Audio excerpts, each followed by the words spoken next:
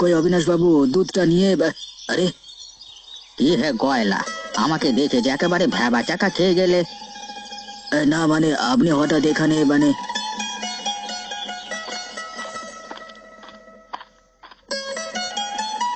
কেন রে নিখিল, দাদা বাবু কি তার ভাইপোর করে আসতে পারে না?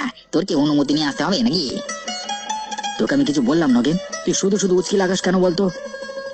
দেখেছেন দাদা বাবু আমার সঙ্গে কেমন ব্যবহার করছে? এই বেটা গোয়ালা, বড্ড বার বেড়েছে নাকি? হ্যাঁ, তুই কার সাথে কিভাবে কথা বলছিস? অবিনাশ বাবু কোথায়? আমি তার সাথে কথা বলতে এসেছি, তাকে আমি দুধটা দিয়েই চলে যাব। নগেন, ওর হাত থেকে দুধের বালতিটা নিয়ে চলে আয় তো, এটা বড্ড উঠছে। দাঁড়ান, আমি অবিনাশ বাবু ছাড়া কাউকে দুধ দেব না। দরকার হলে আমি দুধ ফেরত নিয়ে চলে যাচ্ছি, তবুও কারো হাতে দেব না। ঠিক আছে, তুই চলে যা, তোকে কাউকে দুধ দিতে হবে না।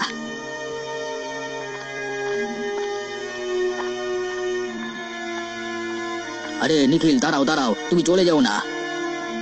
আপনার কাকা আবার এসেছে, ওকে বাড়ি থেকে তাড়াতে পারছেন না? সেই ক্ষমতা আমার নেই, গুরুজনদের সম্মান করি, ওনার উপরে কথা বলতে পারবো না। তা বলে উনি একজন চোরকে প্রশ্রয় দেবে আর ভালো মানুষদের অপমান করবে, সেটা তো হতে পারে না। দোষ নিও না গো, তোমরা তো জানো উনি ওরকম। আমি ওনার হয়ে তোমার কাছে ক্ষমা চাইছি। ক্ষমা চাইতে হবে না, নিন আপনি দুধটা নিন। আর হ্যাঁ বাবু, যতদিন উনি আছেন ততদিন আপনি দয়া করে যদি আমার কাছ থেকে দুধটা নিয়ে আসেন তাহলে খুব ভালো হয়। ঠিক আছে ঠিক আছে, যতদিন উনি আছেন ততদিন আমি না হয় সকালবেলায় বেড়াতে বেড়াতে গিয়ে তোমার কাছ থেকে দুধটা নিয়ে চলে আসবো, কেমন? ঠিক আছে, তবে আমি এলাম, কেমন?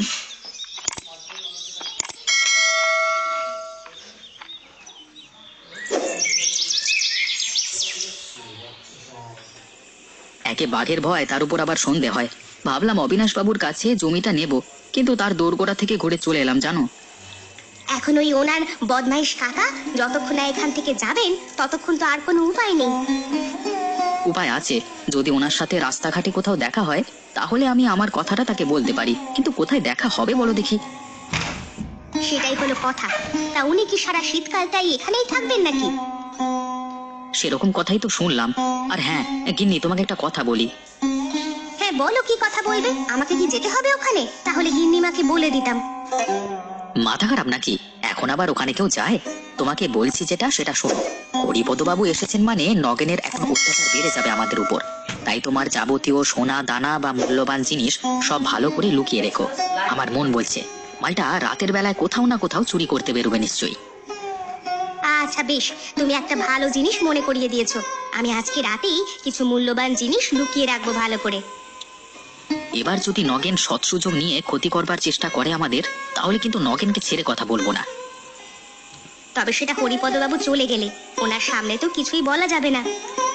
হ্যাঁ সেটাই বলছি আর কি। তোমার এই কাকা এলেই গ্রামের সমস্ত লোক তোমার উপর ক্ষেপে যায়। আমি কি করব বলো তো? কাকার উপর তো কোনো কথা বলতে পারি না। কাকা যতক্ষণ না এখান থেকে যাচ্ছে ততক্ষণ তো উনি যা ইচ্ছে তাই করে যান। সত্যি বাবা, একটা মানুষ বটে। শুনেছি মানুষ